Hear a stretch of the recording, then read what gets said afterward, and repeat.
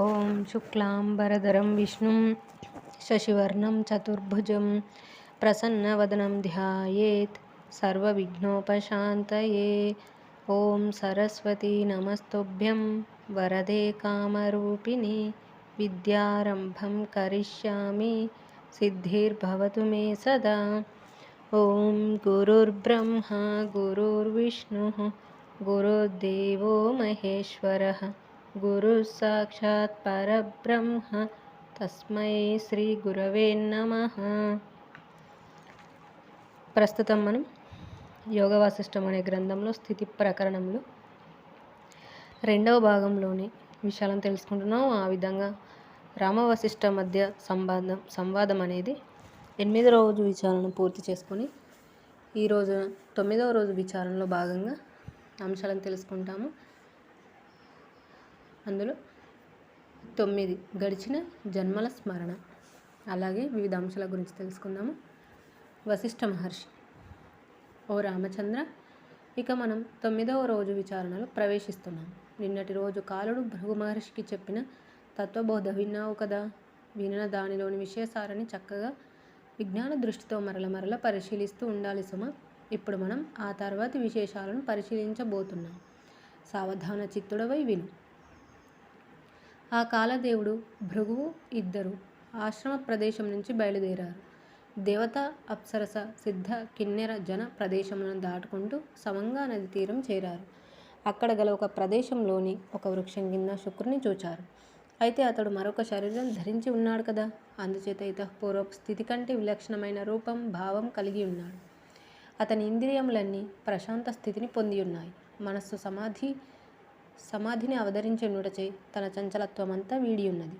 పాపం ఎంతో కాలంగా అనేక ఉపాధులలో ప్రవేశించటం, ప్రవర్తించటం, నివర్తించటం చేత కాబోలు బాగా అలసిపోయి ఇప్పటికీ శాంతి కొరకై విశ్రాంతిని ఆశ్రయించినట్లున్నాడు. తన చిరకాలం అనుభవించి ఇప్పటికీ త్యజించి వేసిన సంసార సాగరం యొక్క గతిని గురించి విచారించుట చేత కాబోలు అతడు మౌనంగా తీవ్ర వైరాగ్యం ఆశ్రయించి ఉన్నాడు. అందుకు ఫలితంగా అనంతమగు ఈ జగత్తు యొక్క వ్యవహారమంతా గ్రహించాడు. కదలకుండా బిగించబడిన చక్రం ఎట్లాగైతే నిశ్చలంగా కనబడుతుందో ఆ విధంగా అతడు నిశ్చలత్వం పొంది ఉన్నాడు. ఏకాంతమును, నిర్విషయత్వమును బయట లోపల కూడా పొంది ఉంటున్నాడు. చిత్తము నశించి భ్రమరహితుడై ప్రశాంతంగా ఉండి ఉన్నాడు. చిత్తవృత్తులన్నీ అత్యంత సహజ భావంతో నిరసించి వేశాడు. నిర్వికల్ప సమాధి అందు ప్రవేశించాడు. అట్టి అనిర్వచనీయ నిశ్శబ్ద స్థితి అందు నిర్మల బుద్ధితో కూడుకున్నవాడే ఈ జగత్తు యొక్క గతిని అంతా చూస్తూ నవ్వుకుంటున్నట్లుగా ఉన్నాడు. సర్వలోక వృత్తాంతమంతా సుస్పష్టంగా గ్రహించిన వాడయ్యాడు. అతని యందు ఇక కర్తృత్వం కానీ భోక్తృత్వం కానీ ఏమాత్రం శేషించి లేదు. సమస్త కల్పనా వ్యవహారములను ఆత్మాస్మి అనబడు దాని యందు లయం చేసివేసి ఉత్తమమైన బ్రహ్మపదమును ఆశ్రయించి ఉన్నాడు. వ్యాపకమగు ఆత్మయందు విశ్రమించుచున్నవాడే విశ్రాంతిని పొందుచున్నాడు. ఒక నిర్మలమైన దర్పణంలో ఎదురుగా ఉండే దృశ్యం ప్రతిబింబిస్తుంది. అయితే ఆ ప్రతిబింబిస్తున్న వస్తువులు అటు ఇటు కదులుచున్నంత మాత్రం చేత ఆ అద్దం కదులుతుందా? లేదు కదా. ప్రతిబింబం గ్రహిస్తున్నప్పటికీ ఆ దర్పణం యొక్క సుస్థిరత అనే శోభకు వచ్చే లోటేమున్నది? ఇంద్రియాలకు తారసపడే విశేషాలన్నీ కూడా అతని నిశ్చల మనస్సులో ఆ విధంగా ప్రతిబింబిస్తున్నాయి. ఇప్పుడు అతనికి హేయమైనదంటూ ఏదీ లేదు, ఉపాధేయమైనదంటూ కూడా ఏమాత్రం ఏదీ లేదు. అనగా త్యజించవలసినదంటూ అలాగే స్వీకరించవలసినది, కోరతగినది కూడా ఏదీ లేదు.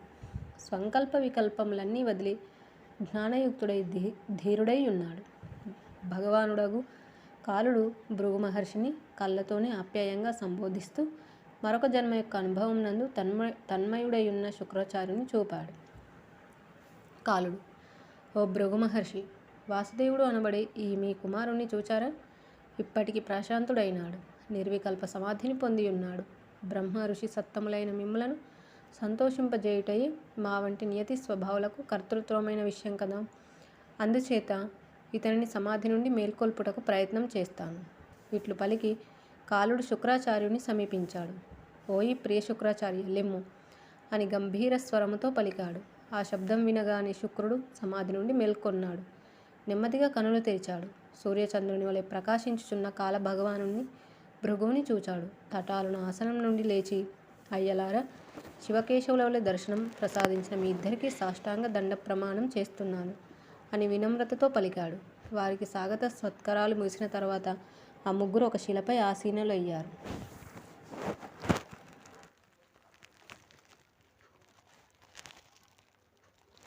శుక్రాచార్యుడు: మహాత్ములారా, మీరువురిని చూచిన తర్వాత నాకు అనిర్వచనీయమైన శాంతి లభిస్తోంది. ఇప్పుడు నేను పొందుచున్న ప్రశాంతతో కూడిన ఆనందంను మాటలలో వర్ణించలేకపోతున్నాను. ఏ మోహమైతే శాస్త్రజ్ఞానంచే గాని, తపస్సుచే గాని, ఆయా విద్యా సముపార్జనలచే గాని నశించదు, అట్టి మాయామయత్వమంతా మీ ఇద్దరిని దర్శించినంత మాత్రం చేత తొలగిపోతుంది. నిర్మలమైన అమృతం వర్షించినప్పుడు కూడా మీ వంటి మహాత్ముల దృష్టి ప్రసరణ వలె సుఖం కలుగుతుందా? లేదు. తమ పాదపద్మముల దర్శనంచే నన్ను పావనం చేస్తున్న అతి తేజో సంపన్నులవు మీ ఇద్దరు ఎవరు? నాపై కరుణతో తెలియజేయండి. భృగువు: నాయన, ఇప్పుడు నీవు జ్ఞానివే గాని అజ్ఞానివి కావు. అందుచేత నిన్ను నీవే స్ఫురణకు తెచ్చుకొనుటకు ప్రయత్నించు. నీ ఉత్తమ తపస్సు యొక్క ప్రభావం చేత అంతా నీకే విదితం కాగలదు. అట్లు బోధింపబడిన వాడే శుక్రుడు ధ్యాననిష్ఠుడైనాడు. దివ్యదృష్టిచే 2 గంటల వరకు తన వివిధ జన్మల దశలను స్మరించాడు. ఆశ్చర్యముతో కొంచెం హాస్యయుక్తమగు ముఖం కలవాడయ్యాడు. ప్రసన్న చిత్తం వీడకుండానే తనలో విషయమంతా తర్కించుకున్నాడు. అటు తర్వాత ఇట్లు పలికసాగాడు. శుక్రాచార్యుడు: ఆహా, పరమాత్మ యొక్క మాయాశక్తి నియతి ఎంతటి ప్రబలమైనది! దాని యొక్క ఆరంభము ఎక్కడో ఎప్పుడో ఎవ్వరైనా ఊహించగలరా? చెప్పగలరా? ఆ మాయాశక్తియే కర్మ వ్యవస్థకు కూడా కారణభూతమవుచున్నది. అద్దానికి వశమై ఈ విశాలమగు జగత్తు అను చక్రం పరిభ్రమించుచున్నది. ప్రళయకాల సమయంలో అగ్ని, వాయువు, జల సమ్మేళనం గొప్ప దుఃఖమోహములను జీవులకు తెచ్చిపెడతాయి చూచారా? అలాగే నేను అనేక జన్మల అవసాన సమయాలలో మరణము, మోహము, మూర్ఛ యొక్క సమ్మేళనం పొందాను. రాజుగా జన్మించిన సందర్భాలలో ధనోపార్జన, 100 మాగధులు పొగడ్తలు, శత్రుదేశాల ప్రజల వినాశనానికి ఎత్తుగడలు వేయటం వంటి ఏవేవో తుచ్చమైన భ్రమలన్నీ పొందాను. దేవతారూపం ధరించినప్పుడు సుమేరు పర్వత ప్రాంతంలో సంచరించుచు అక్కడ గల నదులలోని జలం పానం చేశాను. పర్వత శిఖరంపై గల మనోహర ప్రదేశములలో విహరించాను. అయ్యలారా, ఏమని చెప్పమంటారు? నేను చూడని వస్తువు లేదు, చేయని క్రియ లేదు. ఆయా ఇష్ట దశలందు ఒకే వస్తువును, వ్యక్తిని, అనుభవంను ప్రేమించటం, ద్వేషించటం కూడా చేశాను. అనేక జంతు పక్షి జన్మలలో ఆహార నివాస మైథునముల కొరకు ఎంతగానో గావుకేకలు వేశాను. అమ్మయ్య, ఇప్పటికీ పరమాత్మ స్వరూప జ్ఞానం పొందాను. ఎరుగవలసినది ఎరిగాను. అట్టి పరమాత్మ స్వరూపంని మననం చేస్తూ కాలం వెళ్ళిబుచ్చుచున్నాను. ఏది చూచినా తర్వాత అయితే ఇక చూడవలసినదంటూ ఏదీ శేషించదో అట్టి ఆత్మ వస్తువును నాయందు, సర్వులయందు, సర్వమునందు ఒకే తీరుగా గాంచుచున్నాను. ఈ సంసార వాసనావశం చేత ఎంతో కాలంగా సుదీర్ఘమైన భ్రమ విభ్రమ వృత్తాంతములను పొందాను. ఇప్పటికి విశ్రాంతి లభించింది. నా భ్రమంతా పూర్తిగా నశించుచున్నది. నా యందు భ్రమ శేషించి ఉన్నంతకాలం నేను ఇంద్ర పదవి పొందిన లేక విష్ణు పదవి పొందిన ఈ నా మనస్సుకు విశ్రాంతి లభించదని గ్రహించాను. దానితో అయితే నాకు ఏమాత్రం సంబంధం లేదో అట్టి అవాస్తవమైన వాటియందు భ్రమ విభ్రమలను ఆశ్రయించాను. స్వసత్తను మరిచి సత్యస్వరూపుడనగు నేను అట్లు ఏవేవో భ్రమలలో సంచరించటం ఏమిటి? ఎంతటి విచిత్రం! ఎంత అర్ధరహితం! ఆ విధంగా నేను ఎందుకు అంత దీర్ఘకాలం పరిభ్రమించానో నాకే అర్థమవుటలేదు. అందుకే కాబోలు మాయ అనిర్వచనీయమైనది అని పెద్దలు అంటూ ఉంటారు. తండ్రి, ఇక లేవండి. మందర పర్వతంపై శుష్కించి ఉన్న శుక్రుడు అనే పేరుతో పిలువబడుచున్న ఉపాధిని మనం ఇప్పుడు సమీపిద్దాం. ఇప్పుడు ఈ ప్రపంచం నందు నాకు పొందతగినట్టిది కానీ త్యజించవలసినది కానీ ఎక్కడ ఏది కనబడటం లేదు. కేవలం ఆ పరమాత్మ యొక్క మాయాశక్తి రచనను, అందలి చమత్కారమును ఒక లీలా వ్యవహారంగా గాంచుచు సాక్షిభూతుడనై ఉండుటయే నేను చేయదగినది. ఇక భావనలో కానీ సంచారంలో కానీ వేరే సమయంలో కానీ ఎక్కడ ఏది పొందవలసినది లేదు. ఆత్మ సామీప్యతను పొందిన తర్వాత ఇంకేమంటున్నది? ఉండదు. కానీ ఏం లాభం? చంకనున్న బిడ్డను మరిచి దూరంగా ఎక్కడో ఏదో ఏడుపు వినిపిస్తుంటే, అయ్యో, అక్కడ నా బిడ్డ ఏ బాధ చేత అట్టు రోదిస్తున్నాడు అని పరుగులు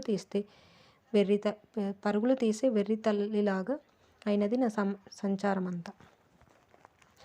ఓ భగవత్ స్వరూపులారా, ఇతరులను సముద్ధరించుటలో మీరిద్దరూ బహు ప్రావీణ్యులు. అందుకే నా మనసులోని మాట బయటపెట్టుచున్నాను. ఇప్పుడు నాకు ఒకే ఒక్క పని ఎదురుగా ఉన్నది. పరమాత్మ గురించి దృఢ నిశ్చయం కలిగి ఉండటం. జీవన్ముక్తులకు మీ వంటి మహనీయులచే సర్వదా సేవించబడుచున్న ఆత్మపదమును అనుసరించి తద్వారా ఈ జన్మ కర్మలను పవిత్రం చేసుకోవటం ఎప్పటికైనా ఉపాయమే కదా. అట్టి శుభదాయకమగు ప్రయత్నమే సర్వకలంకములకు ఏకైక ఔషధం. పూజ్యులైనట్టి మీ యొక్క అభిప్రాయమును అనుసరించి నాకు ఇప్పటి నుండి శుక్రాచార్య ఉపాధి అందే శుక్రాచార్య ఉపాధి అందే జీవన వృత్తి సంభవించుగాక. వాస్తవానికి నాకు ఇప్పుడు ఆ దేహమందు కానీ లేక ఈ దేహమందు కానీ ఎట్టి అభినివేశము ఏర్పడుటలేదు. ఎట్టి ఆసక్తి పట్టుదలలు నేను పొందుటలేదు. కేవలం ప్రారబ్ధ కర్మను అనుసరించి నా పట్ల శేషించి ఉన్న సాంసారిక వ్యవహారమును నిర్వర్తించుటకి ఈతపూర్వపు ఉపాధిని ఆశ్రయిస్తున్నాను. బాల్యంలో ఆటబొమ్మలు, ఇసుకతో నిర్మించబడిన పిచ్చుక గూళ్ళు గొప్ప గొప్ప విషయాలుగా కనిపించవచ్చు. కానీ ప్రౌఢ వయస్సులో అట్టి వాటి పట్ల ఆసక్తి ఉంటుందా? ఉండదు కదా. ఇప్పుడు నాకు అప్సరస మొదలైన పదార్థముల పట్ల ఆసక్తి కానీ రాగద్వేషములు కానీ లేవు. వెలుతురు ప్రసరించే చోట చీకటికి స్థానం ఎక్కడిది? తత్వజ్ఞాన దృష్టితో అభ్యసించబడే చోట ఇక సంసార వస్తువుల పట్ల ప్రయత్నం పెరుగుట అన్నది స్వయంగా నిరోధించబడుతుంది కదా. అప్పుడు ఆ ముగ్గురు తత్వజ్ఞానులు తమ యొక్క భావన ఏకాగ్రతల ప్రభావం చేత సూక్ష్మరూపమును దాల్చారు. ఆ క్షణంలో వారు ప్రాణవాయువు సంచార మాత్రం చేత ఏర్పడు క్రియారూపంతో భాషించారు. ఈ జగత్తు యొక్క చిత్ర విచిత్ర గతుల గురించి సంభాషించుకుంటూ సంగా నదీ తీర ప్రదేశం నుంచి బయలుదేరారు. సిద్ధ మార్గం గుండా మందర పర్వతంపై భృగు మహర్షి ఆశ్రమం చేరారు. ఆ ప్రదేశంలో గల ఒక శిలపై శుక్రుడు తన శరీరం ఉండటం గమనించాడు. ఆ దేహం ఎంతో శుష్కించి తడిసిన ఆకులతో కప్పబడి ఉన్నది. శుక్రాచార్యుడు: నాకు అత్యంత ప్రియులైన తండ్రి, అనేక సుఖభోగములచే ఒకప్పుడు నేను ఎంతో ప్రేమగా చూచుకున్నది ఈ రక్త మాంస భూమికల సముదాయంనే కదా. ఈ శరీరం ఒక సమయంలో స్నేహభావము గల దాదిచే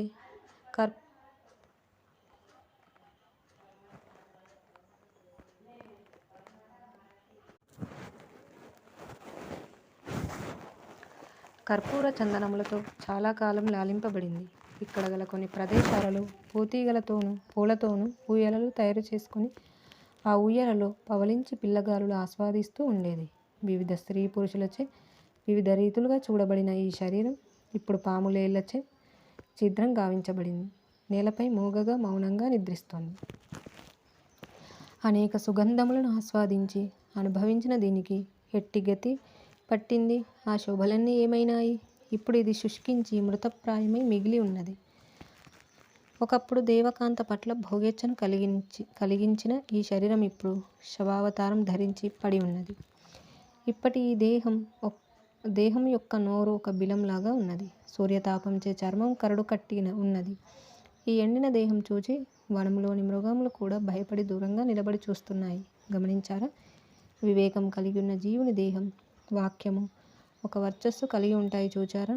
అలాగే ఈ నా పొట్ట భాగము సూర్యకిరణములు పడుచున్నప్పుడు మిలమిల మెరుస్తోంది. శుష్కించిన నా భౌతిక దేహం ధరించి ఉన్న ఈ గండశిల కూడా తుచ్చమైన కురూపత్వమునే ప్రదర్శిస్తున్నట్లుగా ఉన్నది.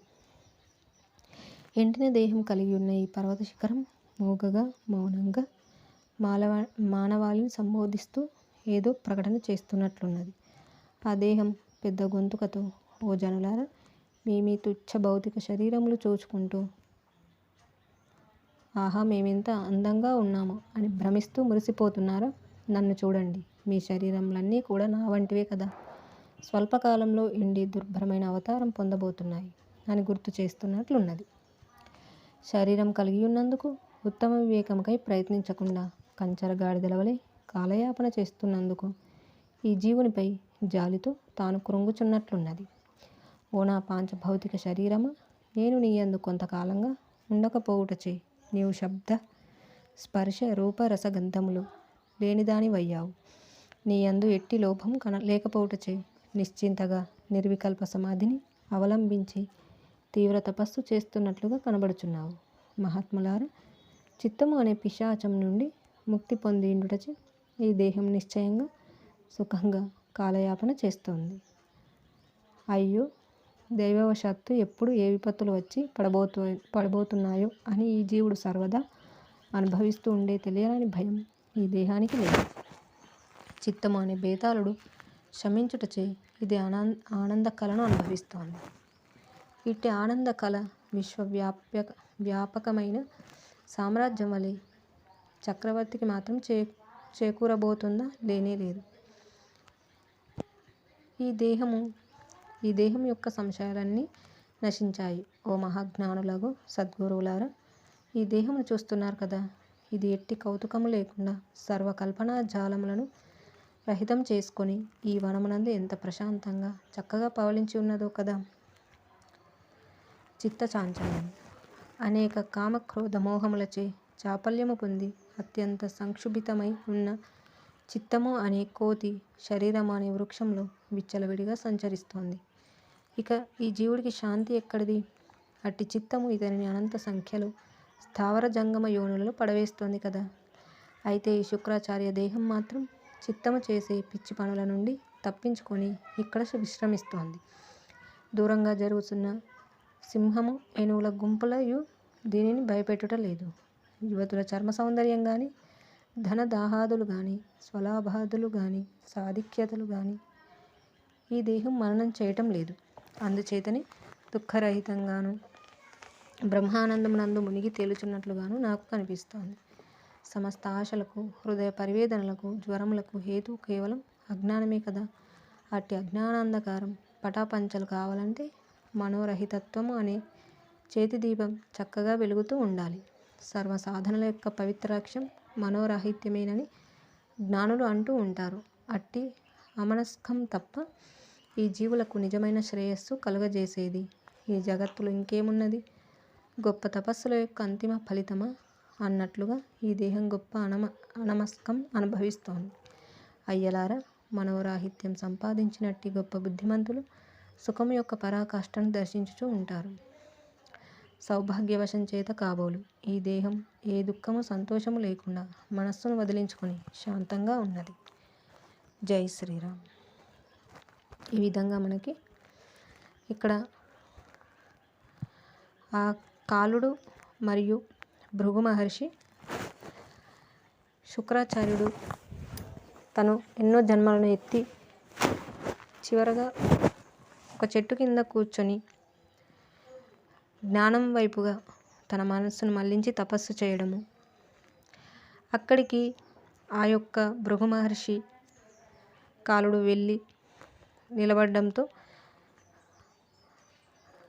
వాళ్ళు ఆ యొక్క విష్ణు పరమేశ్వరులాగా అనిపిస్తున్నారు అని చెప్పేసి కీర్తిస్తూ, ఎవరు మీరు అని అడగగా భృగు మహర్షి నీ తపస్సు బలం చే నీవే గ్రహించు అని చెప్పగా, ఇక ఆ విషయాన్ని గ్రహించినటువంటి శుక్రాచార్యుడు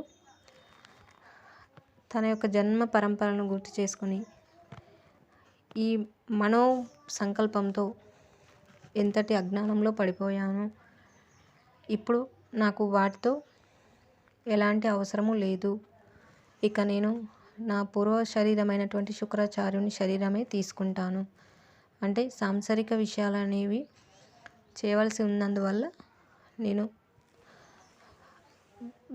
నామమాత్రంగా ఆ శరీరాన్ని తీసుకుంటాను అన్నట్టుగా చెప్పడం చూసాం. ఆ విధంగా వారు సూక్ష్మ రూపంలో ముగ్గురు ఆ దేహం ఉన్నటువంటి చోటుకు వెళ్ళడము, ఆ దేహాన్ని చూస్తూ శుక్రాచార్యుడు దాని యొక్క స్థితి ఎలా ఉన్నది అనే విషయాన్ని ఇక్కడ మనం తెలియజేయడం చూసాము. ఇక మిగిలిన విషయాలను మళ్ళీ తెలుసుకుందాము. జై శ్రీరామ్. కాయేన వాచా మనసేంద్రియైర్వా బుద్ధ్యాత్మనా వా ప్రకృతే స్వభావాత్ కరోమి యద్యత్ సకలం పరస్మై నారాయణాయేతి సమర్పయామి. స్వస్తి. ఓం తత్సత్.